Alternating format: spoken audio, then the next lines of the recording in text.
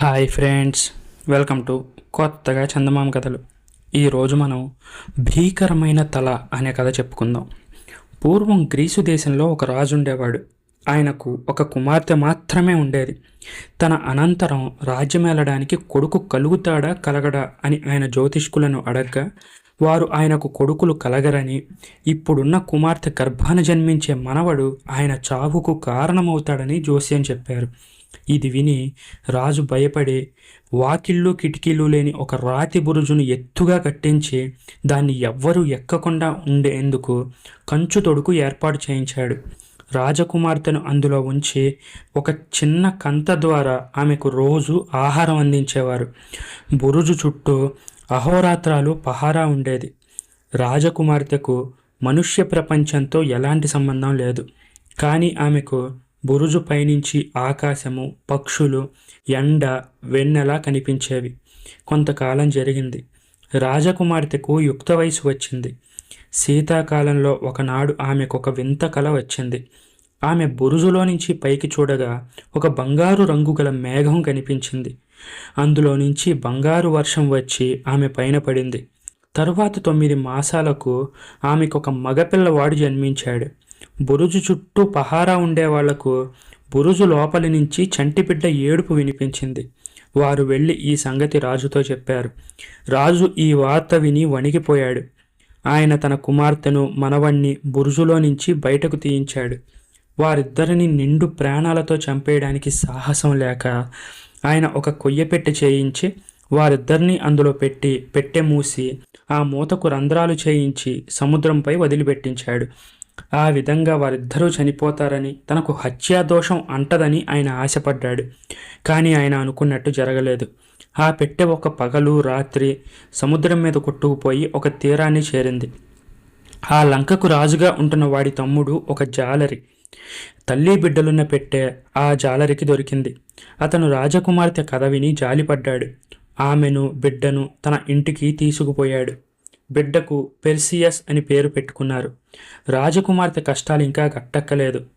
ఆమెను గురించి విని లంకకు రాజుగా ఉండేవాడు ఆమెను పెళ్లాడదామని ప్రయత్నించాడు. కానీ వాడు పరమ క్రూరుడని తెలిసి రాజకుమార్తె అతన్ని నిరాకరించింది. పెర్సియస్ పెరిగి పెద్దవాడయ్యాడు. ఒకనాడు రాజు తన రాజ్యంలో ఉన్న యువకులందరినీ ఆహ్వానించి విందు చేశాడు. ఆ విందుకు వెళ్ళిన వారంతా రాజుగారికి గుర్రాలో, బంగారమో, మంచి మంచి కవచాలో, బాణాలో తీసుకువచ్చారు. బీదవాడు కావడం చేత పెర్సియస్ ఒక్కడే ఏమీ తీసుకుపోలేదు. రాజు అతనితో, వట్టి చేతులతో వచ్చావేంట్రా డింబక, ఒక గుర్రాన్నైనా తీసుకురాకపోయావా అన్నాడు. అందరూ గట్టిగా నవ్వారు. గుర్రమా, అంతకంటే భీకరమైన తల తెమ్మని అడక్కపోయారా, తెచ్చిపెట్టేవాణ్ణి అన్నాడు పెర్సియస్. మించిపోయిందేంటి, ఇప్పుడు అడుగుతున్నాను, భీకరమైన తల తెచ్చిపెట్టు, అది లేకుండా నా దగ్గరికి రాకు అన్నాడు రాజు. మళ్ళీ అందరూ నవ్వారు. పెర్సియస్కు తీరని అవమానమైంది. కానీ అతను పైకి బింకంగా ఓ అలాగే తెస్తాను అని అక్కడి నుంచి బయలుదేరి సముద్ర తీరానికి వెళ్ళి ఒక చోట ఒంటరిగా కూర్చొని తన దీనస్థితికి ఏడుస్తూ అలాగే నిద్రపోయాడు. ఆ నిద్రలో అతనితో ఎవరో ఇలా చెప్పినట్టు వినపడింది. నువ్వు నిజంగా భీకరమైన తలను తీసుకురాదలిస్తే నేను చెప్పేది జాగ్రత్తగా విను. నువ్వు పశ్చిమ దేవతల వద్దకు వెళ్ళినట్టయితే వారు నీకు భీకరమైన తల దొరికే మార్గాలు చెప్తారు. పశ్చిమ దేవతల వద్దకు వెళ్ళడానికి మార్గం చెప్పగలవారు 3 ముసలమ్మలు. వారు ఉత్తరాన ఉంటారు అన్నారు. ఈ మాటలు వినగానే పెర్సియస్ నిద్రలేచాడు. సమీపంలో ఎవరూ లేరు, కానీ కలలో కనిపించిన మాటలు అతనికి జ్ఞాపకం ఉన్నాయి. ఆ సలహా ప్రకారం ప్రయత్నిస్తే భీకరమైన తల తనకు దొరకవచ్చునన్న ఆశ అతనిలో మొలకెత్తింది. కానీ అసలు ఈ భీకరమైన తల అంటే ఏంటి? ఎక్కడో 3 అక్క చెల్లెళ్ళున్నారు. వారు భీకరమైన రాక్షసులు. వారి తలలపై వెంట్రుకలకి బదులు పాములుండేవి. వారికి వాడి అయిన కోరలు, కంచు చేతులు, వాటికి భయంకరమైన గోళ్ళు ఉండేవి. వారు ముగ్గురులోనూ ఒకదాని తల భీకరమైన తలగా ప్రసిద్ధికెక్కింది. దీనికి కారణం ఏంటంటే ఆ తలను చూసిన మనిషి అలాగే శిల అయిపోయేవాడు. ఈ భీకరమైన తలను గురించి మనుషులందరూ ఎరుగుదురు. పెర్సియస్ ఆ తలను తీసుకురావాలని నిశ్చయించుకొని ఇంటికి వెళ్ళి తన తల్లితో ఆ సంగతి చెప్పకుండా దేశాటనకు వెళ్తున్నానని చెప్పి మాత్రం ఆమె వద్ద సెలవు తీసుకున్నాడు. అతడు ఉత్తరంగా బయలుదేరి వెళ్ళి 3 ముసలమ్మలుండే చోటికి చేరాడు. ఈ ముసలమ్మలు కూడా చాలా చెడ్డవాళ్ళు, గుడ్డివాళ్ళు కూడా. ఆ ముగ్గురికి కలిపి ఒకే కన్ను ఉండేది. దాన్ని ఎవరు పెట్టుకుంటే వారు మాత్రమే చూడగలిగేవారు. ఈ ముసలమ్మలు ఒకరి చేతి నుంచి ఒకరు కన్ను మార్చుకునే సమయంలో దాన్ని పెర్సియస్ కాజేశాడు. అయ్యో, మన కన్ను ఎవరో కాజేశారు, ఇక మనం చూడలేం అని ముసలమ్మలు వాపోయారు. మీ కన్ను నా దగ్గరే ఉంది. పశ్చిమ దేవతలుండే చోటికి దారి చెప్తేనే దీన్ని మీకు ఇస్తాను, లేకపోతే మీ గతి ఇంతే, శాశ్వతంగా గుడ్డివాళ్ళైపోతారు అన్నాడు పెర్సియస్. విధి లేక ముసలమ్మలు పెర్సియస్కు పశ్చిమ దేవతలుండే చోటికి దారి చెప్పారు. పెర్సియస్ వారి కన్ను వారికిచ్చి ఆ దారిన బయలుదేరి పశ్చిమ దేవతలుండే చోటుకు చేరుకున్నారు. పశ్చిమ దేవతలు అతన్ని ఆదరించి భీకరమైన తల తెచ్చే ఉపాయం చెప్పి అందుకు అవసరమైన సాధనాలు కూడా ఇచ్చారు. వీటిలో మంత్రపు చెప్పులు, మంత్రపు కత్తి, మంత్రపు టోపీ, మంత్రపు సంచి ఉన్నాయి. ఈ చెప్పులు తొడుక్కుంటే నువ్వు మనోవేగంతో కోరిన చోటికి వెళ్ళగలవు. ఈ మంత్రపు కత్తి ఒక్క వేటున దేన్నైనా తెగ నరికేస్తుంది. మంత్రపు టోపీ నిన్ను అదృశ్యంగా ఉంచుతుంది. భీకరమైన తలను నరికాక దాన్ని మంత్రపు సంచిలో వేసుకో. ఎందుకంటే ఆ తలగల రాక్షసిని నేరుగా చూస్తే నువ్వు శిలవైపోతావు. కనుక అద్దంలా మెరిసే డాలును పట్టుకొని అందులో చూస్తూ రాక్షసి తలను నరికేయాలి. నీ పని అయిపోయాక మా సాధనాలను సంచిలో ఉంచి కొండపైన పెట్టావంటే అవి మళ్ళీ మాకు చేరుతాయి అన్నారు పశ్చిమ దేవతలు. పెర్సియస్ వారి వద్ద నుంచి సెలవు పుచ్చుకొని మంత్రపు చెప్పుల మహిమతో రాక్షసులుండే మంచు కొండలోకేసి అతివేగంగా బయలుదేరాడు. అతడు మంత్రపు టోపీని ధరించి అదృశ్యంగా ఉండి తన డాలులో కనిపించే ప్రతిబింబాన్ని మాత్రమే చూస్తూ కత్తి చేతబట్టి సిద్ధంగా ఉన్నాడు. కొంతసేపటికి అతను ముగ్గురు రాక్షసులున్న చోటికి వచ్చాడు. ఆ సమయానికి వారు ముగ్గురు నిద్రపోతున్నారు. భీకరమైన తలగల రాక్షసుడు మధ్యలో పడుకొని ఉన్నాడు. పెర్సియస్ డాలులో చూసుకుంటూ దాన్ని సమీపించి ఒక్క వేటుతో తలనరికి వెంట తెచ్చిన మంత్రపు సంచిలో వేసుకుని బయలుదేరాడు. ఈ అలికిడికి మిగిలిన ఇద్దరు రాక్షసులు కూడా లేచి అతని వెంటపడ్డారు. వారికి అందకుండా పెర్సియస్ను కాపాడినవి మంత్రపు చెప్పులు కావు. వాటి పాటి వేగం ఆ రాక్షసులకు ఉన్నది. కానీ అతడి నెత్తిన మంత్రపు టోపీ ఉండడంతో ఆ రాక్షసులు అతన్ని చూడలేకపోయారు. ఎలా అయితేనే భీకరమైన తలను సాధించి మంత్రపు చెప్పుల సహాయంతో అతివేగంగా ఆకాశ మార్గాన వస్తుండగా పెర్సియస్కు మధ్యదారిలో ఒక వింత కనిపించింది. అతనికి దిగువగా ఒక తీరం ఉంది. ఆ తీరం వెంబడి ఎత్తైన కొండలున్నాయి.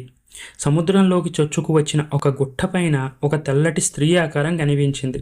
అది విగ్రహం అనుకొని చూడడానికి పెర్సియస్ దిగివచ్చి అక్కడ నిలబడింది ఒక యువతి అని తెలుసుకున్నాడు.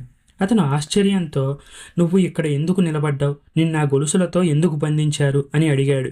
నేను ఈ దేశపు రాజకుమార్తెను. మా అమ్మకు తాను చాలా గొప్ప అందగత్తెనని గర్వం. ఒకసారి ఆవిడ తాను సముద్ర దేవత స్త్రీల కంటే చక్కని దానిని ప్రగల్భాలు పలికింది.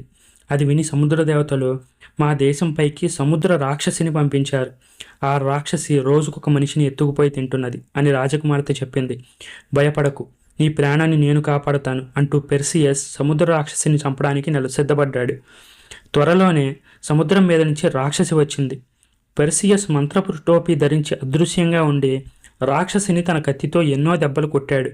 గాయపడి కూడా రాక్షసి రాజకన్యకేసి వస్తూ ఉండడం కనిపెట్టి అతను తన సంచిలో నుంచి భీకరమైన తల ఎత్తి రాక్షసికేసి పట్టుకొని తాను మొహం తిప్పుకున్నాడు. మరుక్షణం అది శిల అయిపోయింది. తర్వాత పెర్సియస్ తలను సంచిలో పెట్టేసి రాజకుమార్తెను కట్టిన గొలుసులు ఖండించి మీ తల్లిదండ్రుల వద్దకు పోదాం పద అన్నాడు. వద్దు, నన్ను మీ వెంట తీసుకుపోండి. మీ బానిసగా అయినా బతికి మీ రుణం తీర్చుకుంటాను అన్నది రాజకుమార్తె. అయితే మా గ్రీసు దేశం వచ్చి నన్ను పెళ్ళాడు అన్నాడు పెర్సియస్. ఆమె సమ్మతించింది. కానీ తన కుమార్తె ఒక అనామకుని పెళ్ళాడడానికి ఆమె తండ్రి సమ్మతించలేదు. ఆయన తన బావమరిదిని ప్రేరేపించి ఈ సంబంధం ఎలాగైనా చెడగొట్టు, నా కూతుని నువ్వే చేసుకో అన్నాడు. రాజుగారి బావమరిది సైన్యంతో సహా వచ్చి పెర్సియస్తో, నువ్వు మా పిల్లను పెళ్ళాడడానికి అర్హుడివి కాదు. ఆమెను విడిచిపెడతావా లేకపోతే నాతో యుద్ధానికి వస్తావా అన్నాడు. సముద్ర రాక్షసిని చంపిన వాణ్ణని జ్ఞాపకం ఉంచుకోండి, నన్ను మీరేమీ చేయలేరు అన్నాడు పెర్సియస్. కానీ రాజుగారి బావమరిది మంచి మాటలకు లొంగలేదు. పెర్సియస్ భీకరమైన తల చూపించి తన శత్రువులందరినీ శిలలుగా మార్చేశాడు. తరువాత అతడు తన భార్యతో బయలుదేరి తల్లి ఉండే చోటుకు వచ్చాడు. అతను తిరిగి వచ్చేలోపుగా ఇక్కడ చాలా మార్పులు జరిగాయి. రాజు తన తమ్ముడైన జాలరిని ఖైదు చేసి పెర్సియస్ తల్లిని తన ఇంట దాసిగా ఉంచాడు. పెర్సియస్ ఆ రాజు వద్దకు వెళ్ళి, మా అమ్మని వెంటనే విడిచిపెట్టు. ఆవిడకి నీవు చేసిన అన్యాయానికి కొంత పరిహారం ఇచ్చుకో అన్నాడు. ఓరి నువ్వా, మళ్ళీ వచ్చావా? ఎవడ్రా అక్కడ? ఈ దుర్మార్గుణ్ణి కట్టి కారాగారంలో పడేయండి అన్నాడు రాజు. రాజుగారు, ఒక్క క్షణం ఆగండి.